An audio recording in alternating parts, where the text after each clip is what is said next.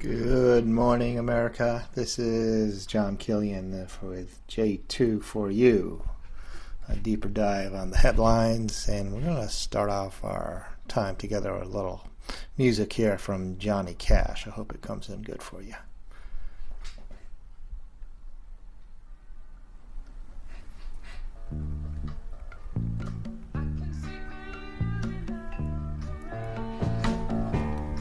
I can see clearly now, the rain is gone. I can see all obstacles in my way. Gone are the dark clouds that had me blind. It's gonna be a bright, bright, bright, sunshiny day. Gonna be a bright, bright, sunshiny day. I think I can make it now. The pain is gone. All of the bad feelings have disappeared. Here is that rainbow I've been praying for. Gonna be a bright, bright, bright, sunshiny day. Look all around, there's nothing but blue sky. Look straight ahead, nothing but blue sky.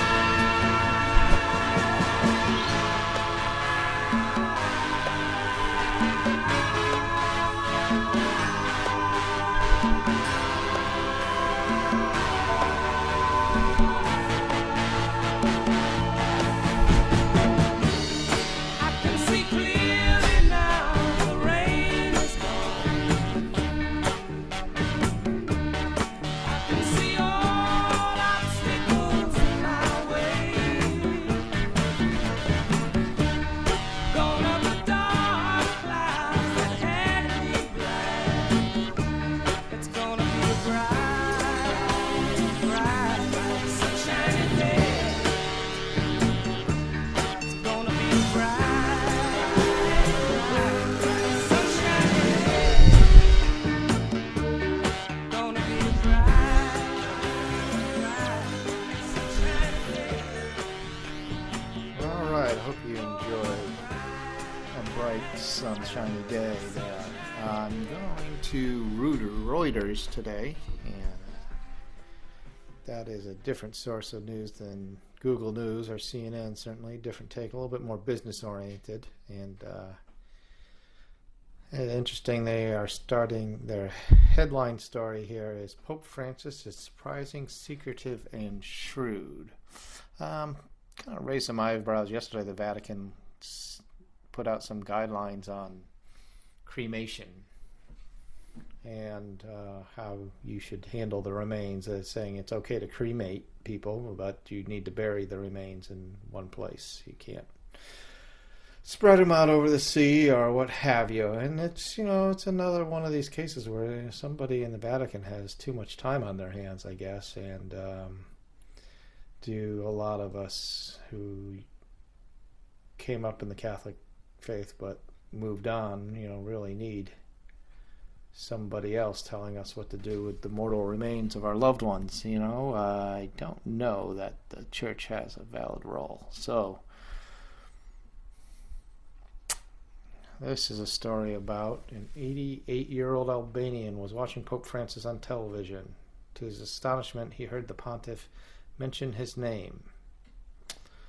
Yes, Francis announced that the simple white-haired priest who had spent many years in jail during Albania's communist dictatorship was to become a cardinal. Wow, that's one way to find out. Yes.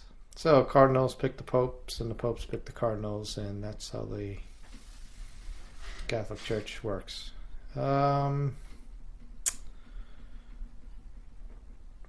The Pope kept nearly the entire Vatican hierarchy in the dark about his decision. Sort of an outsider to the Vatican. in the lead position, trying to reform the church before it becomes caught in, and it may be too late for the Roman Catholic faith in Europe and North America, simply because you get into this spiral where the only people left in the room are the hardcore people, and they turn off the people who are like marginally, associated with the church or less than, all in. And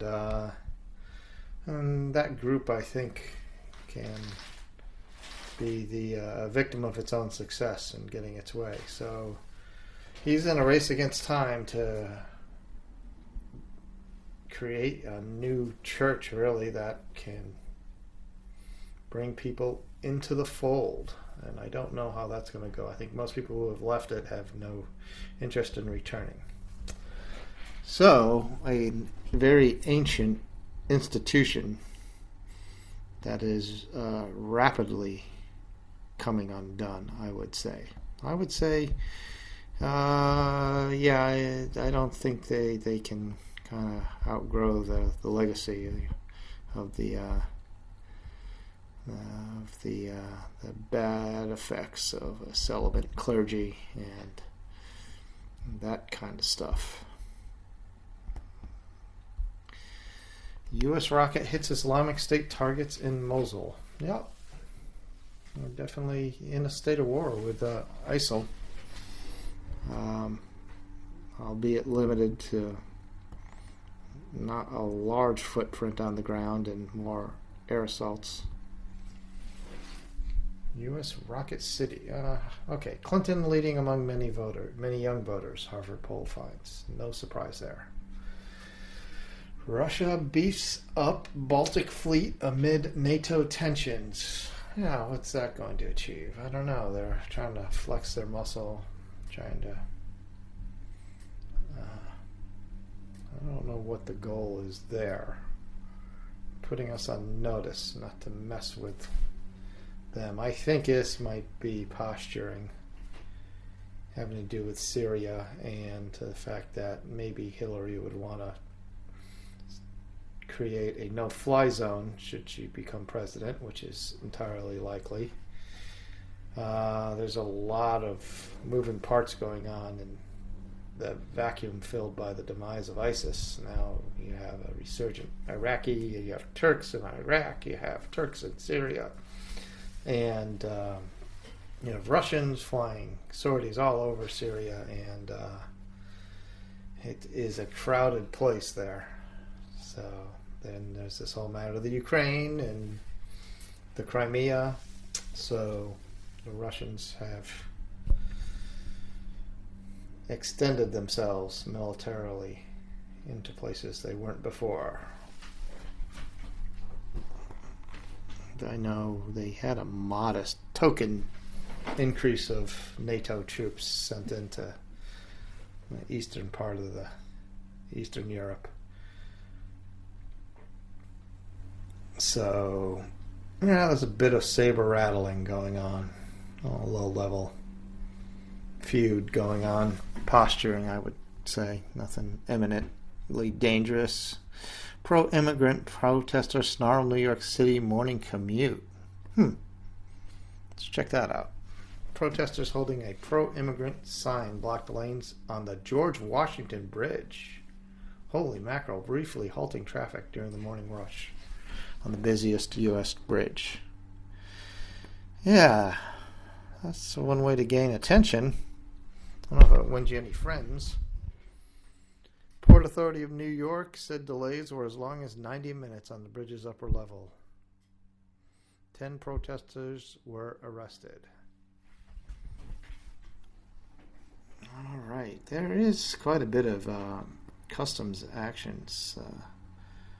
There are a lot of people being deported quietly, it would seem, right now, under this Obama administration. Immigration agency oversees thousands of deportations weekly and has deported more than 2 million immigrants under President Barack Obama, more than under any previous administration. Pictures posted on social media show protesters clasping a banner that read, "Resist, organized, rise up." I don't think too many of us would have thought that the Obama administration was so vigilant on the whole deportation scene. But apparently, looks can be deceiving. They're more than willing to deport people. So... this is the time when Republican Governor Chris Christie is going through a trial for closing down lanes. Not a popular thing to do in New York City. Inmates, officer injured during fights at jail in Chicago. 8 inmates and an officer were taken to the hospital on Tuesday after they were injured during several fights at a jail in Chicago. Tough job, dangerous job, and I don't want it. Marine pilot ejects from plane, suffers minor injuries. U.S. Marine Corps fighter jet pilot suffered minor injuries. What else is going on in Reuters? Anything? Let's take a look at their top 5 here. We talked about Russia beefing up Baltic Fleet, Pope Francis, U.S. Rock City, clouds gather in a rooftop solar's biggest U.S. market. Okay, here's something important happening on a long-term systemic basis. It's the continuing emergence of solar power as an alternative to our current carbon-based approach to powering everything. Let's see if I can get it to come up. There we go. Clouds gather in rooftop solar's biggest U.S. market. Oh, that sounds like a bad thing, right? For years, the quiet, winding streets of Scripps Ranch neighborhood has been pure gold for solar installers. Thanks to high power prices, hot summers, and large homes to cool, a great share of Scripps Ranch residents have embraced solar power. All right. This is in California. Rooftops of some 2,000 homes, 26% are fitted with panels in Scripps Ranch. Okay. So, what are the clouds here? Let's go down. The growth has been rapid. In July 2014, San Diego installer Sullivan Solar put up its first solar system, Scripps Ranch's Pine Castle Street, celebrating with a block party. Pizza and wine paid off. Sullivan installed systems on 11 of 48 homes on the street. If you can afford the upfront, it's a no-brainer. As much as Scripps Ranch symbolizes rooftop solar's success, it also illustrates the challenges facing the industry today. After rising 64% in the first half of the year in Scripps Ranch, installations tumbled 50% in July and August combined, according to utility data. Across California, growth has also slowed this year, and in the third quarter, installations dropped year over year. Surprising. Industry watchers say many factors are at play, including shrinking incentives. Yeah, that'll do it. Wariness of future government actions and consumer fatigue with marketing tactics. Many of the most likely buyers, affluent, environmentally inclined homeowners in sunny places already have the rooftop systems. That's right.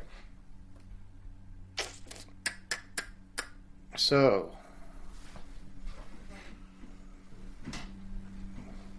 Scripps Ranch homeowners put up panels will still be able to sell power they don't use the utility at the same retail rates as those who got it before the cap. But they'll have to pay $100, $200 more per year in fees. Yep. They also eventually will be shifted to new time of use power rates, which could result in lower credits. All right. So, they kind of hitting saturation a little bit there. Incentives are. I've got solar panels on my house. I've used incentives, to make it affordable. It's a good deal. So, I don't know. Let's see what this, if we get something. This is just one town. Let's see the sectors. Oh, what's that? Sorry.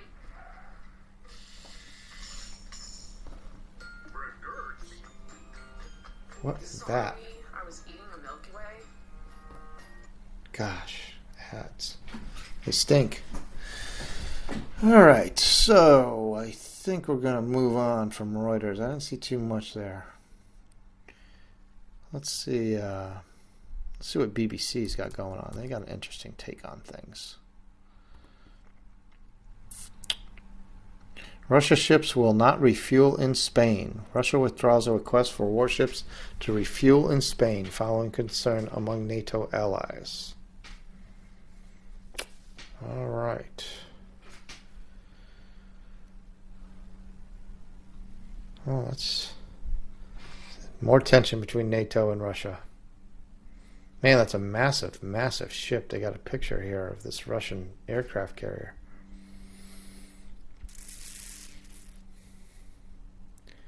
What else is going on here?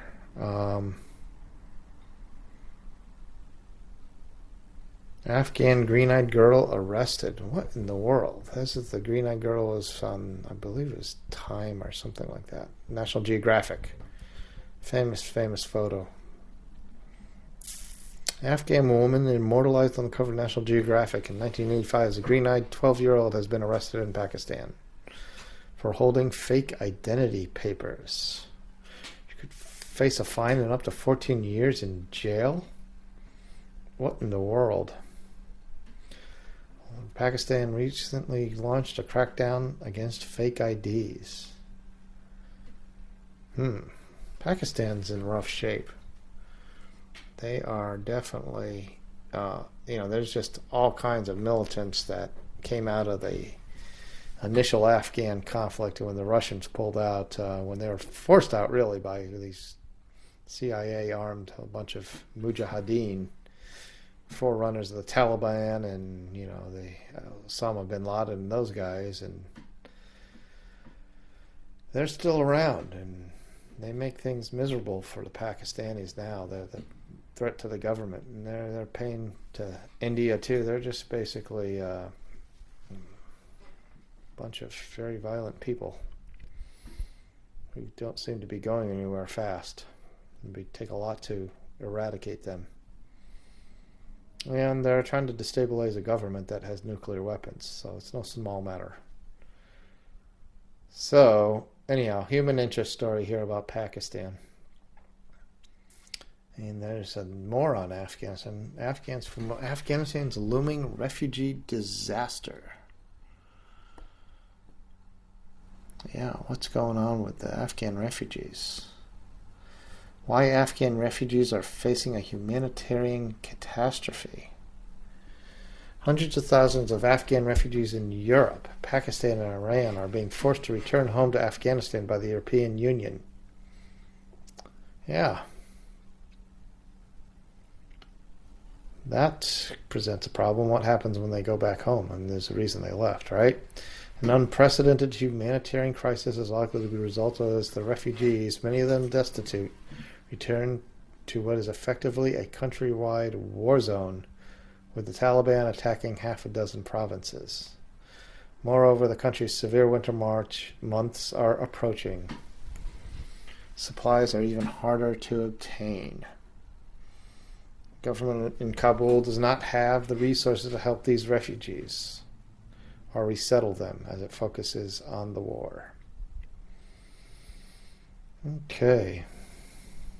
The reverse exodus of Pakistan's Afghan refugees. However, alongside that, let's see, it says at a conference in Brussels, international donors, including the European Union, pledged $15 billion for Afghan's development budget. However, alongside that generosity was a deal in which Afghanistan had to accept the return of over 200,000 Afghan refugees who flooded into Europe last year. Part of the 1 million immigrants who arrived in Europe. Yeah, they didn't all come from Syria. Afghanistan is another place where people are trying to leave in large numbers. EU is likely to accept many Syrian refugees because it considers Syria a war zone, but the EU does not consider Afghanistan a war zone, even though the country is torn apart by war. So, tough luck for the Afghans, I would say. Yes. You have to feel for them as, fellow human beings. I don't know. 200,000 is a lot to take on. What do you do with all these refugees in your country? And there's been a lot of concern about a lot of the Afghani men have been implicated in many sexual assault cases, and so even if the vast majority are perfectly amiable, peace-loving people, their reputation is tarnished, and governments don't always paint with a fine brush. So the EU will go to the extent of building a new terminal at Kabul airport to accommodate the arriving refugees. Isn't that nice? The EU foreign policy chief rejected reports that EU aid to Afghanistan was conditional on the Kabul government accepting back these refugees. Pakistan plans to repatriate 1.6 million registered and another 1 million unregistered Afghan refugees. Whoa, that's a lot. That's 2.6 million people, many of whom have been living in Pakistan since 1979. Well, that will just completely destabilize that country, I would think. I don't know what would come of it. They've been gone a whole generation. I don't know what kind of connections still remain in their home country. So, here's a country, Afghanistan, that we've kind of staked our claim to. We've put a flag down there. We've sent in a lot of troops, through a lot of fighting. And the end result is it's still a mess. It's still got a bunch of people who are desperate to leave it, and there's still the Taliban fighting for power there.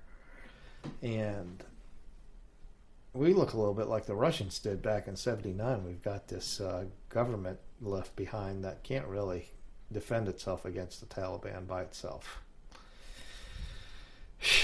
So we are still hanging around there trying to keep it up and running. Islamabad has given a March 2017 deadline by when all refugees will have to leave. Pakistan military has blamed Afghan refugees for taking part in acts of terrorism. Yes. So, although most suspects captured and shown in the media are Pakistani citizens. Without any declaration, the government has geared up its bureaucracy and police to hound out Afghans and send them packing. All right. The UNHCR is providing $400 for each registered refugee as a going home package. Okay. Iran, with 1 million refugees on its soil, is persuading some Afghans to return, even as it recruits Afghan Hazaras, who are Shia Muslims, to fight for the Syrian regime. Fight or die. Fight or go home. Thus being used as cannon fodder for the wars in the Middle East. They easily succumb because their futures are uncertain. They lack resources and jobs, while Iran promises them Iranian citizenship. Adding to the tragedy is the massive exodus of Afghans from their cities as the Taliban attack them. At least 24,000 people have fled Kunduz in the north since 3 October. That's the last couple of weeks, when the Taliban attacked the city for the second time in a year. As a result of continuous war in the past 15 years, there are already some 300,000 internally displaced Afghans. It's a mess. It's a mess. And I don't know that there's anything anyone can do to fix Afghanistan. I don't think there's enough to go around for people. So any government has to, just by necessity, provide just for a limited proportion of its occupants. And if it tried to provide for everybody, it would just become over.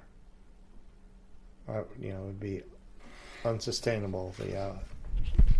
So you have an overpopulated country, and overpopulated countries tend to lead to civil wars and refugees, and really there's a lot of hard times. And we wish we didn't have these things. And back in I think it was 94, they had a meeting in Cairo. They tried to have a meeting of the Clintons, and they're trying to get the world leaders to sign on to some sustainable population practices. But the Catholic Church and a lot of the Muslim leadership were against any kind of family planning. That's too bad for their followers, because every place where you have people having 7, 8 children, soon the population outstrips the state's ability to provide for them, and then just is democracy possible when there isn't enough to go around? I don't think so. We try to spread democracy around the world. Well, you can't do that if you have elections and your leaders aren't going to be able to provide for everyone. So you get what you get. And I don't know what's going to change people's minds to have a more sustainable population growth pattern. So it could very well be that you don't get one. You just get this unsustainability and these hard times, and it's very unfortunate, but it's the way of the world, perhaps, and we have better things to do with our lives than try to fight the way of the world. All right, so Afghanistan basket case. What else is going on in BBC?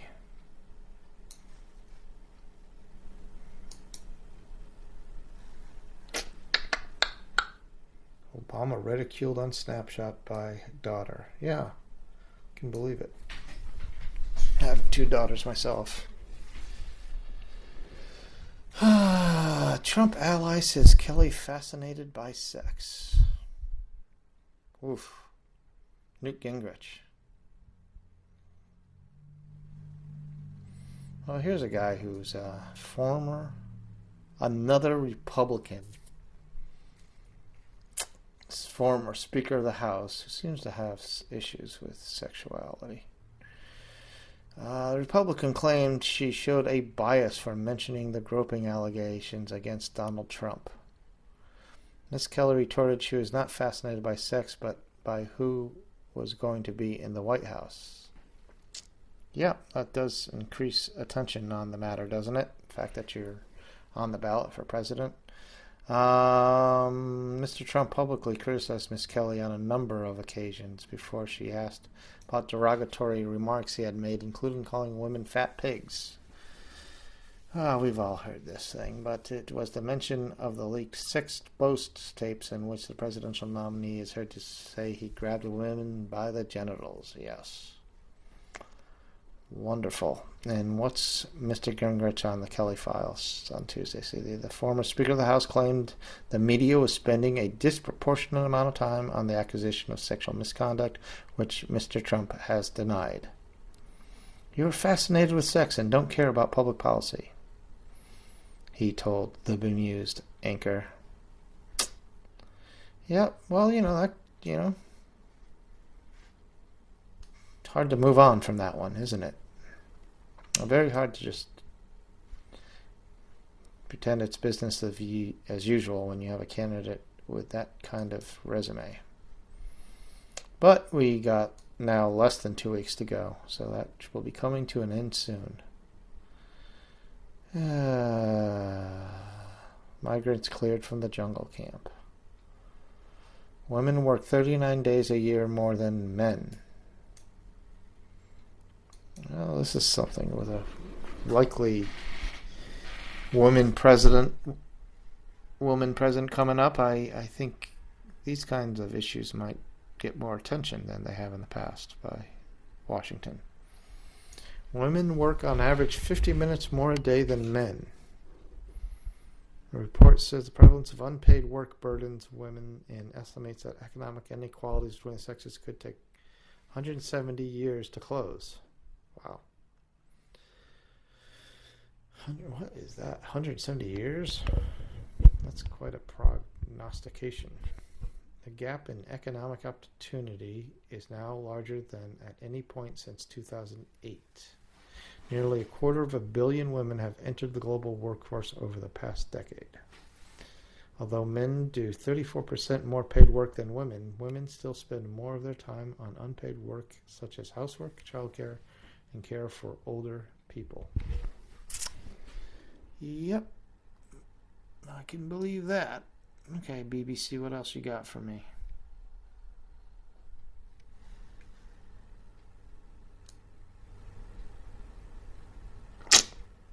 Our ideas about swordfish are all wrong.